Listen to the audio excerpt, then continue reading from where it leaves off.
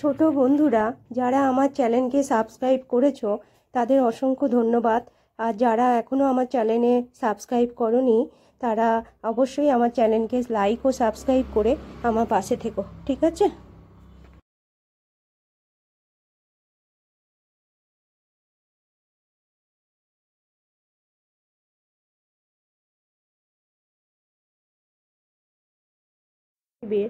দেখো, পরিবেশ ও বিজ্ঞান বইয়ের 125 পাতা, আর দেখো 127 পাতা, হ্যাঁ, আর তোমাদের 27 পাতা আর 27 পাতা, এই পড়াগুলো পড়াবো 28 পাতার, ঠিক আছে? কি আছে দেখো,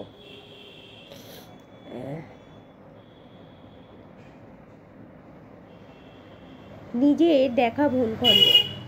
আমি তো তোমাদের সব পড়াগুলোই মোটামুটি ধরে ধরে পড়িয়ে এবং কি ইম্পর্টেন্ট আছে সেগুলো সবই বলে দিই। তা এখানেও দেখো যেগুলো খুব ইম্পর্টেন্ট সেগুলো আমি দাগ দিয়ে দিচ্ছি, তোমরা দেখবে কি বলছে। যে মন্দির, কবরস্থান, জেন এই সবের নামে কিছু বনখণ্ড এখনও আছে। এইখান থেকে ভীষণ ইম্পর্টেন্ট এটা, যে মন্দির দেখবে বিভিন্ন জায়গায় মন্দিরের নামে কি হয়, বিভিন্ন জায়গার নামকরণ করা হয়েছে, তাই তো? মন্দির, মন্দির, কবরস্থান, জেন এগুলোর নামে বনখণ্ড আছে, না হলে সব জায়গায় বাড়ি হয়ে যেত। মানুষ কি করে এখনও মন্দির, কবরস্থান, জেনে এসব জায়গায় কিন্তু এখনও মানে কিছু করতে মানে বাধা পায়, মানে করতে চায় না, যেহেতু মন্দিরের জায়গা, তাই জন্য কি করে মানুষ সেই সব জায়গাগুলো ব্যবহার করে না। নাহলে বলছে বাড়িঘর হয়ে যেত, নতুন বলছে হয়তো নতুন করে কিছু সামাজিক বংশীধন হতো, কিন্তু মন্দির ওইগুলোই হয় না। তাহলে কোন কোন জায়গায় হয় না আমি এটা ইম্পর্টেন্ট তোমাদের বলে দিলাম। কোনগুলো বলবে মন্দির, কবরস্থান, জেন এসব জায়গায় কিন্তু বনখণ্ড আছে, কিন্তু এখনো পর্যন্ত সেই সব জায়গায় ঘরবাড়ি এসব কিছু হয়নি, নালে সব জায়গায় কি হয়ে যেত না সামাজিক বংশীজন হতো, ঠিক আছে? আচ্ছা, তারপরে দেখো এখানে আর সেইভাবে কিছু নেই, এখানে যেটা পেলাম আমি তো আলোচনা করে দিলাম যে ওটাই আছে। এবার দেখো নেক্সট পাতায় যাচ্ছি, বন্যপ্রাণী সুরক্ষা। বন্যপ্রাণী সুরক্ষা যে তোমাদের যে পড়াটা আছে আমি পড়ে শোনাচ্ছি, দেখো যেগুলো ইম্পর্টেন্ট আছে আমি তোমাদের দাগ দিয়ে দিচ্ছি, তোমরা দেখবে, ফলো করবে, খাতায় লিখবে, ঠিক আছে? কি বলছে দেখো, হ্যাঁ, বাঘ অনেক রকম থেকে এখানে আমি তোমাদের ব্যাকেট দিয়ে দিচ্ছি কি কি বাঘ আছে দেখো। একটা হচ্ছে ডোরাকাটা বাঘ, চিতাবাঘ, নেগড়ে বাঘ, ঠিক আছে? চিতাবাঘ, নেগড়ে বাঘ, ডোরাকাটা বাঘ, এদের কেউ না কেউ সব বনেরই ছিল। ডোরাকাটা বাঘ ছিল অনেক বনে। কবি যখন লিখেছিলেন তখন এদেশে বাঘ ছিল 40,000-এর বেশি। তাহলে আগে বাঘের সংখ্যা কত ছিল এটা আসতে পারে তোমাদের, ঠিক আছে?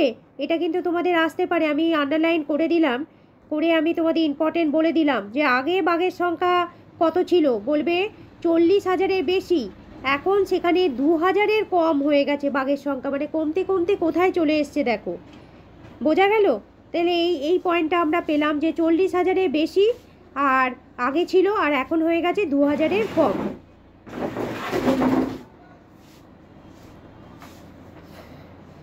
আচ্ছা, তারপরে দেখো নেক্সট পড়ায় যাচ্ছি, কি বলছে যে মানুষ বাঘ মারতো। এখানে একটা ব্যাকেট করে দিচ্ছি, বন্দুক দিয়ে বাঘ মারতে পারলে লোকজন তাকে বীর ভাবতো, যে বাঘ মেরেছি, বাবা বিশাল ব্যাপার, আমি একজন বীর, বাঘকে আমি শিকার করেছি, বাঘ মেরেছি, এমন ছবি মানুষ কি করতো টাঙিয়ে রাখতো। আগে জমিদারদের এরকম নিয়ম ছিল, তাই তো?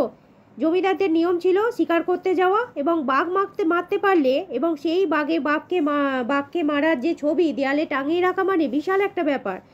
এই ব্যাপারটা আগেকার দিনে ছিল। আচ্ছা, তারপরে হচ্ছে কিন্তু বাঘ এসে মানুষ খেত। এখানে কেন বলছে কথাটা, বনে খাবার পেলে বাঘ লোকালয়ে আসে না, মানুষ তো খায়ই না। এখানটা আবার তোমাদের ইম্পর্টেন্ট, এখানে বলে দিলাম, দেখো বাঘ কখন লোকালয়ে চলে আসে, তখন যখন তারা ঠিকমতো বাসস্থান পায় না, ঠিকমতো জঙ্গল কেটে ফেলা হচ্ছে, তাদের অসুবিধা হচ্ছে, তখনই মানুষ কি হয় খাবারের জন্য, বা মানে প্রাণীরা খাবারের জন্য মানুষের লোকালয়ে চলে আসে, তাই তো? এবং মানুষ কিন্তু তাদের খাবার নয়, মানুষ অবশ্যই তাদের খাবার নয়। লোকালয় এই জন্য তারা আসে, তাদের জঙ্গল কেটে দেওয়া হচ্ছে বলে। এটা তোমাদের একটা ইম্পর্টেন্ট বলে বুঝিয়ে দিলাম, বোঝা গেল? এই জায়গাটা ইম্পর্টেন্ট বলে দিলাম। খিদে না পেলে বাঘ চট করে জন্তু শিকার করে না। বাঘ হিংস্র বটে, কিন্তু তাদের খিদে পেতে হবে, নাহলে কিন্তু তারা সব করে শিকার করবে না। বেশিরভাগ সময় মানুষ অকারণে বাঘ মেরেছে। কেন? মানুষ তো বাঘ মেরেছে না। বাঘের সংখ্যা তো আগে ছিল 40,000, এখন হয়ে গেছে 2,000-এরও কম। তার মানে কি মানুষ নিজের কি বলবো লোভের জন্য বাঘ মেরেছে, তাকে জঙ্গল কেটে ফেলছে। মানুষই তো করছে এসব। মানুষ কিন্তু কখনোই বাঘের খাবার নয়। তারা আক্রমণ করে কেন? হাতিরা বাঘেরা লোকালয়ে চলে আসে কেন? না নিয়ে ঠিকমতো ওরা জায়গা পাচ্ছে না, বন জঙ্গল কেটে দিচ্ছে, তখনই তারা চলে আসে খাদ্যের জন্য, ঠিক আছে? লোকালয় হানা দেয়। দেখো আর একটা হচ্ছে, দেখো মানুষ বাঘ মেরেছে, আর একটা হচ্ছে তাদের মানে কে কত মহান, মহান বলছিস, কে কত বীর্য, এটা প্রকাশ করার জন্য শক্তিশালী। সবচেয়ে বড় কথা, কে কত শক্তিশালী এটাকে প্রকাশ করার জন্য তখন বাঘ শিকার করতো। সেই বাঘ শিকার করে তার যে ছবিটা আছে বাঘ শিকারের ছবি, সেটা দেয়ালে টাঙিয়ে রাখতো এবং সেটা প্রমাণ হতো যে তারা কত বীর।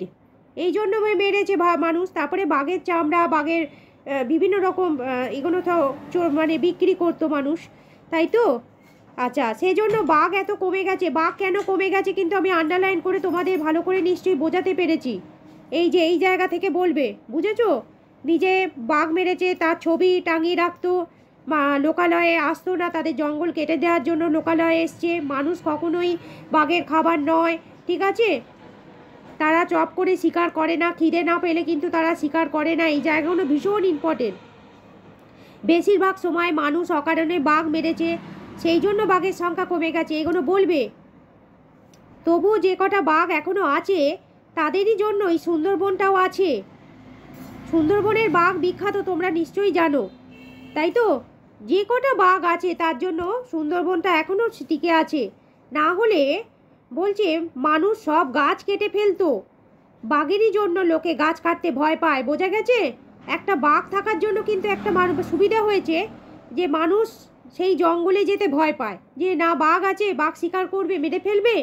সেই জন্য এটাও তাহলে তোমাদের একটা প্রশ্ন আসতে পারে যে সুন্দরবন এখনও কেন টিকে আছে? বোঝা গেল? আমি দাগ দিয়ে দিচ্ছি, সুন্দরবন কেন টিকে আছে, বলবে বাঘের জন্য। বাঘ আছে বলেই মানুষ সব গাছগুলো কাটতে যেতে সেখানে ভয় পায়। হ্যাঁ, আচ্ছা, মানুষই কিন্তু এইসব অত্যাচার করছে। এই পশুরা যত মারা যাচ্ছে সব মানুষের কারণে। মানুষ ঘরবাড়ি তৈরির জন্য জঙ্গল কেটে দিচ্ছে, সেই কাঠ বিক্রি করছে, বাঘকে মেরে ফেলছে সেই বাঘের চামড়া সংগ্রহ করার জন্য, তাই তো? মানুষ যত খুশি পশু পাখি মারে। একটা বড় জন্তু ছিল চিতা, শিকারের জন্য মানুষ অনেক চিন্তা বলছে চিতা মেরেছে শিকার করবে বলে। তাতে ভারত থেকে চিতা হারিয়ে গেছে।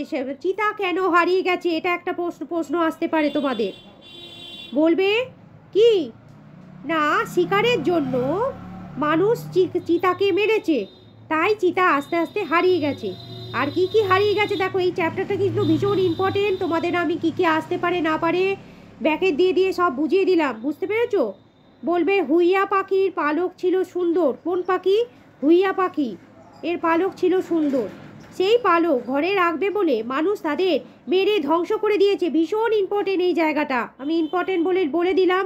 তোমরা এগুলো কিন্তু খাতায় নোট করে নেবে। আর অবশ্যই বইটা সবার আগে ভালো করে পড়বে। বই যদি ভালো করে খুঁটিয়ে খুঁটিয়ে পড়তে পারো, তোমাদের কিন্তু আর কোনো রকমভাবে অসুবিধা হবে না।